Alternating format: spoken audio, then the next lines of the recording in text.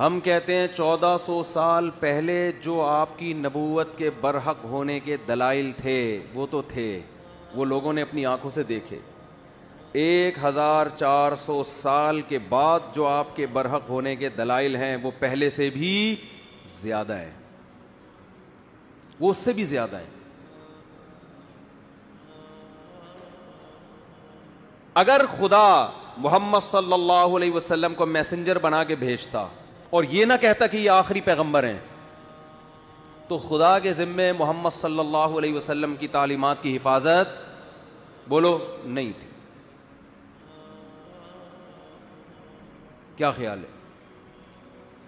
اللہ کہہ دیتا کہ ان کی تعلیمات جب مسخ ہوں گی تو میں دوسرا پیغمبر بھیج دوں گا۔ خدا نے محمد ابن عبداللہ صلی اللہ علیہ وسلم کے بارے میں 2 دعوے کیے، یہ میرے میسنجر ہیں اور لاسٹ میسنجر، ان کے بعد کوئی نبی نہیں ہے، کیونکہ ساری دنیا کے سارے انسانوں کے لیے۔ اس دعوے میں اللہ نے ایک اور دعویٰ کر دیا کہ ان کی تعلیمات کو میں قیامت تک کے لیے محفوظ کر دوں گا۔ ان کی تعلیمات قیامت تک کے لیے، بولو نا کیا ہو گیا بھائی؟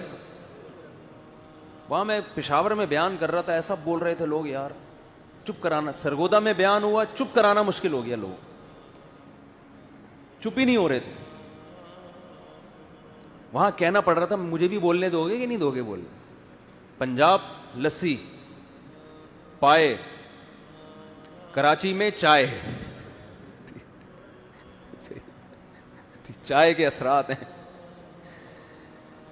سوچتا بہت ہے آدمی، چائے پی کے بولتا نہیں ہے، سوچتا رہے، جہاں بولنے کا موقع ہوتا ہے وہاں بھی کیا کر رہا ہوتا ہے؟ سوچ رہا ہوتا ہے۔ ابھی اتنی اچھی صحت رہی ہے نا، میرا 2 ہفتے کا دورہ ہوا کے پی کے پنجاب، ایسے ایک چھینک بھی نہیں آئی، پھر کراچی اتر کے چھینکیں شروع۔ تو اللہ کے ذمے تھا کہ محمد صلی اللہ علیہ وسلم کی تعلیمات کی حفاظت کرتے۔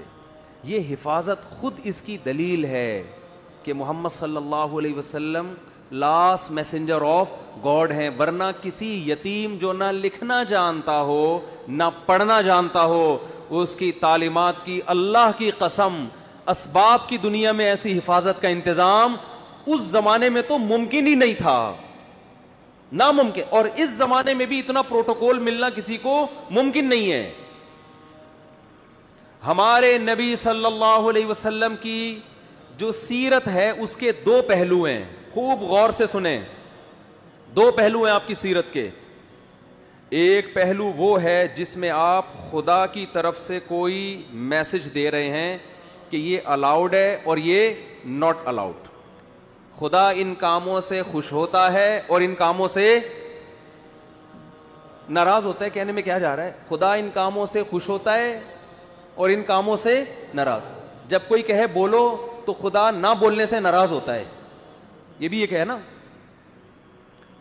ان کاموں سے اللہ خوش ہوگا اور ان کاموں سے اللہ ناراض ہوگا۔ اللہ تعالیٰ نے محمد صلی اللہ علیہ وسلم کو اپنا سفیر بنایا اور یہ بھی دعویٰ کیا کہ یہ آخری نبی ہیں، اور یہ بھی دعویٰ کیا، اسی میں یہ خود بخود دعویٰ ہو گیا کہ ان کی تعلیمات قیامت تک کے لیے محفوظ کر دوں گا، جبکہ اس زمانے میں محفوظ کرنے کا کوئی انتظام، ایسا پراپر انتظام نہیں تھا جو بعد میں لوگوں میں ایجاد ہوا ہے۔ تو لکھنے والے چند گنے چنے لوگ تھے، لکھتے بھی چمڑوں پہ اور کاغذوں پہ، جس کے گمنے کا بہت امکان، تحریف کا بہت امکان، مگر ایسا انتظام کیا کہ میں آپ سے عرض کر رہا تھا محمد صلی اللہ علیہ وسلم کی تعلیمات 2 قسم کی ہیں، جلدی سے بات کو سمیٹ رہا ہوں میں۔ ایک وہ تعلیمات جو اصل ہیں، جس کے لیے آپ صلی اللہ علیہ وسلم کو بھیجا گیا، حکم دیا گیا کہ آپ بتا دیں کہ ان باتوں سے خدا خوش ہوتا ہے اور ان باتوں سے خدا ناراض ہوتا ہے، یہ اصل ہے جس کے لیے آپ کو بھیجا گیا۔ اور سیرت کا ایک پہلو وہ ہے جس کا جو اصل نہیں ہے، اس کا تعلق آپ کی ذاتیات سے ہے۔ کوئی سفیر جب آپ کے پاس آتا ہے پیغام لے کر، تو آپ کو دلچسپی ہوتی ہے کہ اس کا گیٹ اپ کیسا تھا، کوئی بھی جو بھی مشہور شخصیات ہوتی ہیں نا, لوگ ان کو دیکھنا چاہتے ہیں, ان کے بارے میں پوچھتے ہیں. میں جب تک ویڈیو پہ نہیں آتا تھا لوگ پوچھتے تھے کیسے ہیں بھائی مفتی صاحب, موٹے ہیں, پتلے ہیں, لمبے ہیں, ٹھگنے ہیں, کیا ہیں, لوگ پوچھتے تھے میرے بارے میں. ہم شکر ہے اس وقت ویڈیو نہیں بناتے تھے کیونکہ ہم بہت باریک تھے, آواز جاندار رکھی ہوئی تھی, باڈی باریک. تو لوگ مجھے کہتے تھے جیسی آپ کی آواز ہے آپ خود بھی ویسے ہی ہیں. میں کہتا نہیں, تسمع بالمعید خیر من ان تراہ, مجھے دیکھنے سے بہتر ہے سننے پر اکتفا کرو. تو شکر ہے 2013 میں حج کر کے آیا تو کچھ گزارا ہو گیا. تو انسان کو جس سے محبت ہوتی ہے اس کے گیٹ اپ کو بھی جاننے کی کوشش بولو کرتا ہے. ہمارے نبی صلی اللہ علیہ وسلم کا گیٹ اپ کیسا تھا, اس کا براہ راست اسلام سے کوئی تعلق نہیں ہے. اس مقصد کے لیے اللہ نے بھیجا نہیں ہے. یہ وہ احکام ہیں جو نسبتاً کم ویلیو رکھتے ہیں. ایک تو ہے نا آرڈر, یہ کرو یہ نہ کرو, یہ تو اصل ہے نا جس کے لیے سفیر کو بھیجا جائے.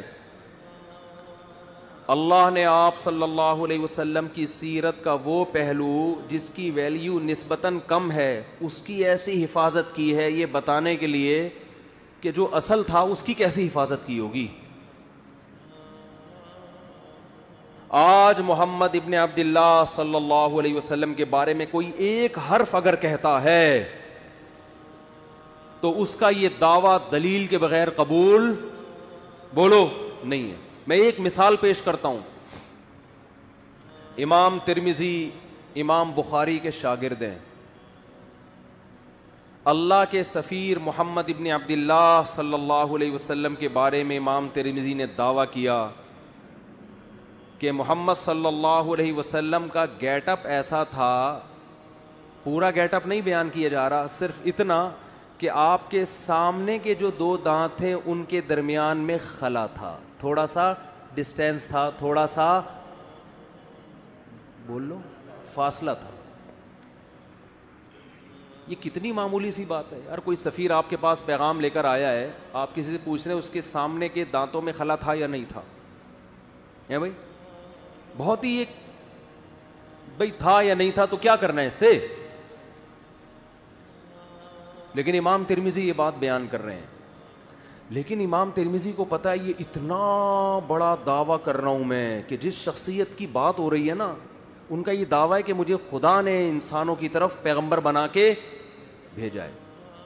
امام ترمذی کو یہ بات معلوم ہے کہ میں نے اگر دعویٰ کر دیا کان النبی صلی اللہ علیہ وسلم افلج الثنیتین کہ نبی کے دو دانتوں کے درمیان میں خلا تھا, یہ دعویٰ کر دیا, یہ امت مجھے چھوڑے گی نہیں. کہ کہاں سے تمہیں پتا چلا؟ آپ مورخین سے پوچھ نہیں سکتے کہ آپ کو کیسے پتا چلا, وہ اپنے لکھ رہے ہوتے ہیں بس. اور اگر وہ دلیل بھی پیش کرتے ہیں تو وہ دلیل اس اتنی مضبوط نہیں ہوتی.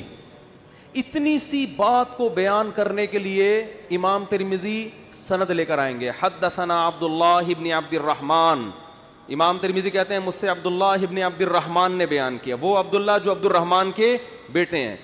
عبداللہ ابن عبد الرحمن کو کیسے پتا چلا کہ نبی کے دو دانتوں کے درمیان خلا تھا؟ بھائی انہوں نے تو نبی صلی اللہ علیہ وسلم کو دیکھا نہیں. وہ کہتے ہیں حدثنا ابراہیم ابن المنذر, مجھ سے ابراہیم نے بیان کیا جو منذر کے بیٹے ہیں. بھائی ابراہیم ابن منذر نے تو نبی کا زمانہ نہیں پایا, ان کو کہاں سے پتا چلا؟ وہ کہتے ہیں ابراہیم ابن المنذر کہتے ہیں حدثنی عبد العزیز ابن ابی ثابت الزہری, مجھ سے عبد العزیز نے بیان کیا جو ابو ثابت الزہری کے بیٹے ہیں. بھائی عبد العزیز جو ابو ثابت الزہری کے بیٹے ہیں ان کو کہاں سے پتا چلا؟ جی انہوں نے تو نبی صلی اللہ علیہ وسلم کو دیکھا نہیں. وہ کہتے ہیں حدثنا اسماعیل ابن ابراہیم, مجھ سے اسماعیل نے جو ابراہیم کے بیٹے ہیں انہوں نے بیان کیا. حضرت اسماعیل جو ابراہیم کے بیٹے ہیں ایسے تو سینکڑوں ہیں, یہ کون سے والے اسماعیل اور ابن ابراہیم کی بات کر رہے ہیں؟ کہتے ہیں ابن اخی موسیٰ ابن عقبہ, وہ اسماعیل ابن ابراہیم جو موسیٰ ابن عقبہ کے بھتیجے ہیں. اچھا جی, اسماعیل ابن ابراہیم نے تو محمد صلی اللہ علیہ وسلم کو نہیں دیکھا. امام ترمذی آپ کیسے دعویٰ کر رہے ہیں کہ محمد صلی اللہ علیہ وسلم کے دانتوں کے درمیان میں خلا تھا؟ اسماعیل ابن ابراہیم جو موسیٰ ابن عقبہ کے بھتیجے ہیں انہوں نے نبی کا زمانہ نہیں پایا. وہ کہتے ہیں قال حدثنی موسیٰ ابن عقبہ, وہ کہتے ہیں مجھے میرے چچا موسیٰ ابن عقبہ نے بتایا.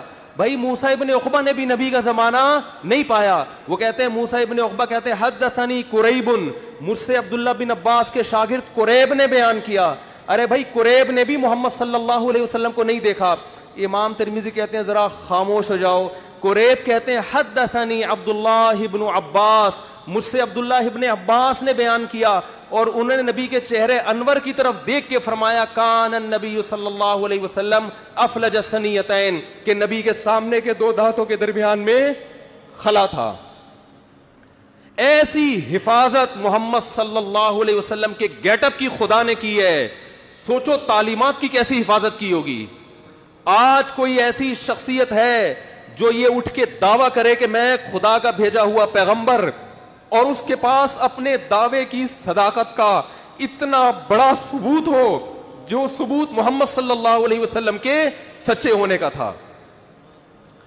آپ کہہ سکتے ہیں یہ ایک حدیث ہے, ایسی ہزاروں حدیثیں ہیں, ایک بات بھی اگر آپ محمد صلی اللہ علیہ وسلم کی طرف منسوب کرتے ہو سند کے بغیر امت اس کو قبول بولو نہیں کرتی. اور سند بھی کیسی خاندانی. آپ کہہ سکتے ہو امام ترمذی سے کہ حضرت آپ کہتے ہیں مجھ سے عبداللہ ابن عبد الرحمن نے بیان کیا, ہو سکتا ہے یہ بندہ بھی آپ نے خود ہی گڑھ لیا ہو. بھئی کہنے پر گورنمنٹ کی طرف سے کوئی پابندی ہے؟ بولو آپ کو مجھ سے فلاں نے بیان کیا, اگلے کو کیا پتا فلاں کون ہے.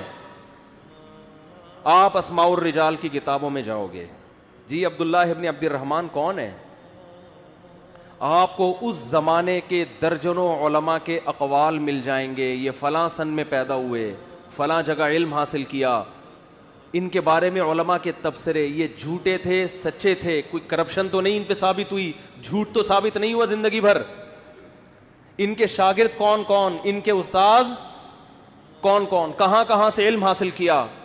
ایک مؤلف بیان نہیں کرے گا, بہت سارے لوگ جو مختلف ملکوں میں رہتے ہیں وہ بیان کریں گے ان کے بارے میں. پھر آپ اگلے راوی کی طرف جاؤ گے, عبداللہ ابن عبد الرحمن, وہ کہتے ہیں ابراہیم ابن المنذر نے. یہ ابراہیم ابن المنذر کون ہے؟ یہ کوئی ڈھکے چھپے نہیں ہے, آپ کو درجنوں کتابوں میں ان کے حالات بولو مل جائیں گے. بھائی اس زمانے میں مشہور آدمی تھے, یہ لوگ جانتے تھے ان کو. وہ کتابیں کوئی دمشق میں لکھی جا رہی ہے, کوئی مصر میں لکھی جا رہی ہے, کوئی کوفہ میں لکھی جا رہی ہے, ان کتابیں میں ان کا تذکرہ ملے گا آپ کو. حالانکہ ان کے آپس میں ملاقات ثابت, ان مصنفین کا آپس میں کمپرومائز نہیں ہو سکتا, مختلف ملکوں میں ہے یہ. پھر آپ پوچھو گے جی عبدالعزیز ابن ابی ثابت الزہری کون ہے, ان کے اسماء الرجال کی کتابیں تو اتنی جلدوں میں ہوتی ہیں جن میں راویوں کے حالات, ان کے نام.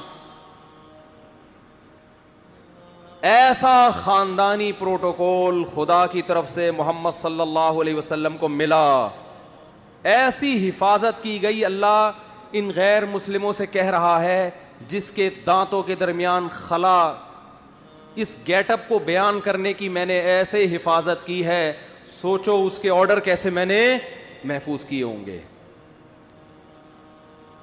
یہ پروٹوکول اس کائنات میں آج تک کسی کو بولو نہیں ملا.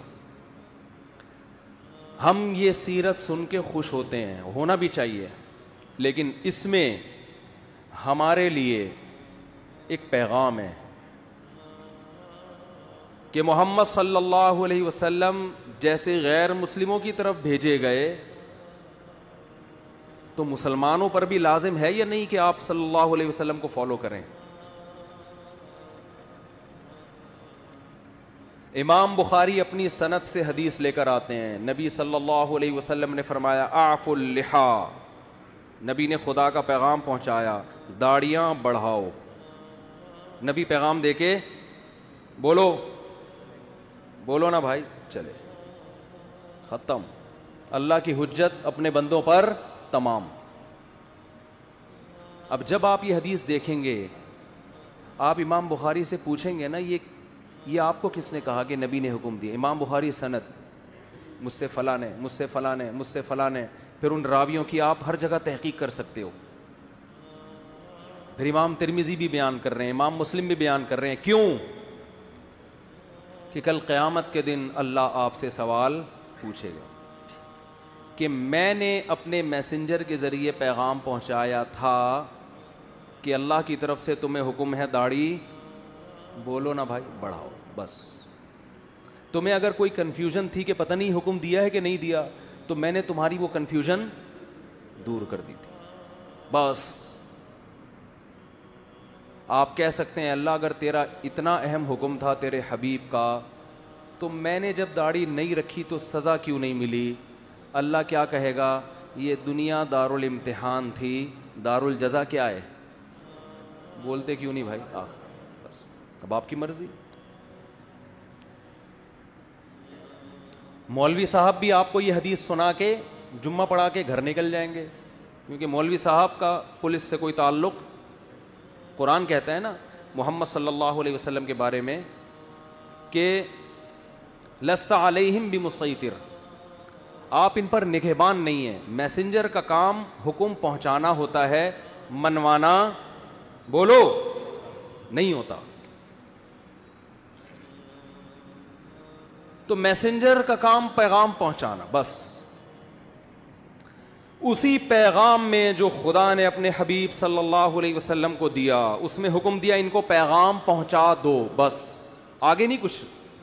لا تقربوا الزنا. اچھا کچھ پیغام ایسے ہیں جو خدا کی ذات سے نکلے ہیں، براہ راست قرآن کی شکل میں محفوظ ہوئے، کہ اس میں اے نبی ہم جب کسی کو پیغام دے کے بھیجتے ہیں، بعض دفعہ پیغام اتنا اہم ہوتا ہے کہ وہ لکھ کے دے دیتے ہیں، بھائی یہ پڑھ کے سنا دو، اور بعض دفعہ کہتے ہیں یہ بھی بتا دینا، یہ بھی بتا دینا.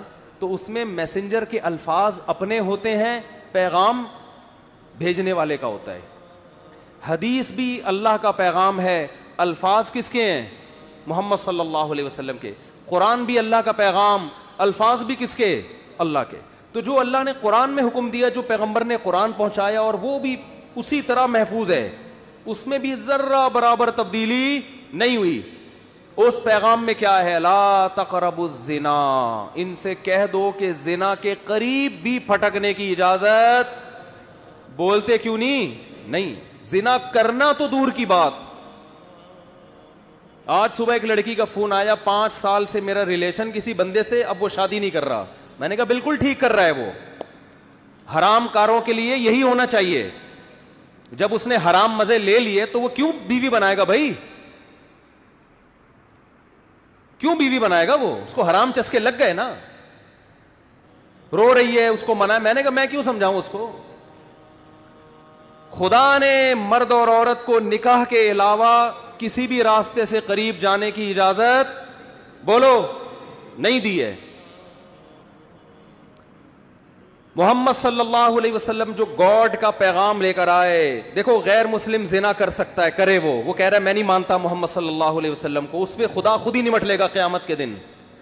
مسلمان کے پاس نبی کے حکم کے سامنے نو کا آپشن نہیں ہے. محمد صلی اللہ علیہ وسلم جو پیغام لے کر آئے گاڈ کی طرف سے، اس میں یہ تھا کہ تمہیں 5 ٹائم اللہ کے گھر میں جمع ہو کے میری عبادت کرنی ہے، اور عبادت کا طریقہ بھی بتا دیا.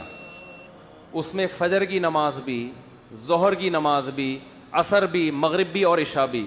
آپ نماز کے لیے آ جائیں، آپ کی مرضی، نہ آئیں، کوئی مولانا صاحب پولیس لے کے آپ کے گھر نہیں پہنچیں گے.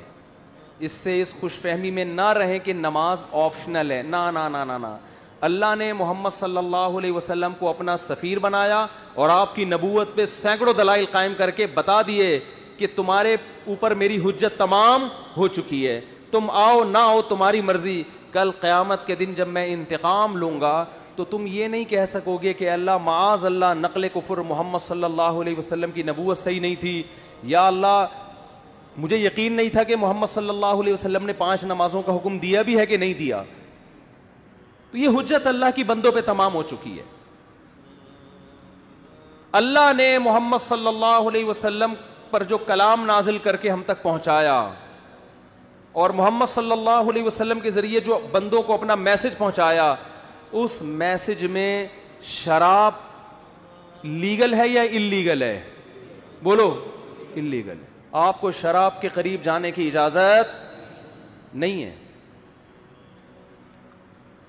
خدا نے جو اپنا پیغام محمد صلی اللہ علیہ وسلم کے ذریعے ہم تک پہنچایا, اور پوری سندوں کے ساتھ, اور قرآن تو سند کا محتاج ہی نہیں ہے, اس قرآن میں ہمیں حکم دیا گیا کہ بہن کی وراثت آپ کو کھانے کی اجازت. بولتے کیوں نہیں؟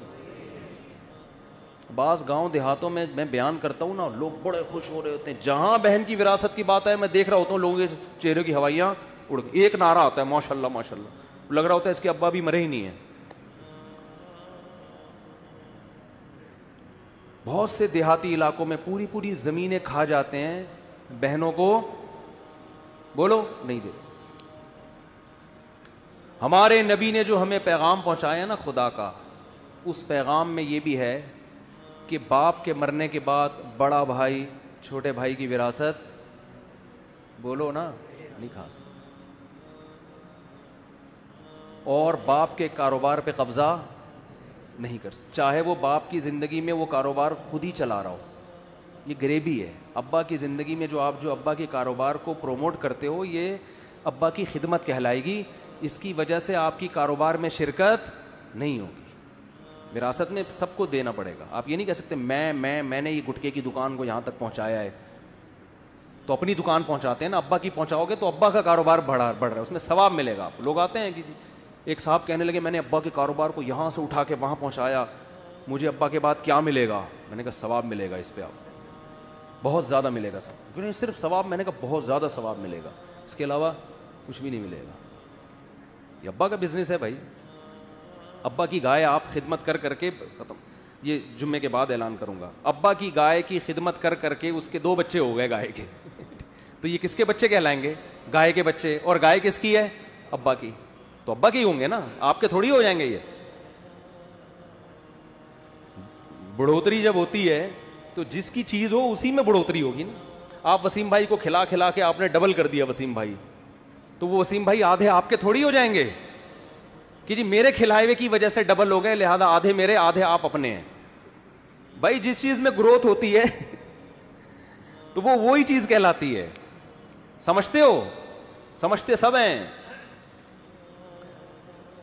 ہاں ایک صاحب, کیا کرے یار, مثالیں اتنی ہیں, چھوڑو وقت بھی پورا ہو گیا ہے. تو بھائی یہ جو خدا کے پیغامات ہم تک آئے ہیں نا, اللہ کے پیغامات, ان پیغامات میں کچھ تو آپشنل ہیں, کچھ تو اللہ نے خود ہی اختیار دے دیا. تہجد پڑھو, نہیں پڑھو ٹھیک ہے, پڑھ لو گے اچھی بات ہے, نہیں پڑھو تو ضروری نہیں. اشراق پڑھ لو اچھی بات ہے, نہیں پڑھو تو کچھ غریبیاں بھی رکھی ہیں اللہ نے, وہ تمہاری مرضی. لیکن کچھ ایسے ہیں جس میں جو حلال و حرام سے جن کا تعلق ہے. داڑھی رکھنا ضروری ہے, اور بہنوں کی وراثت ان کے حوالے کرنا ضروری ہے.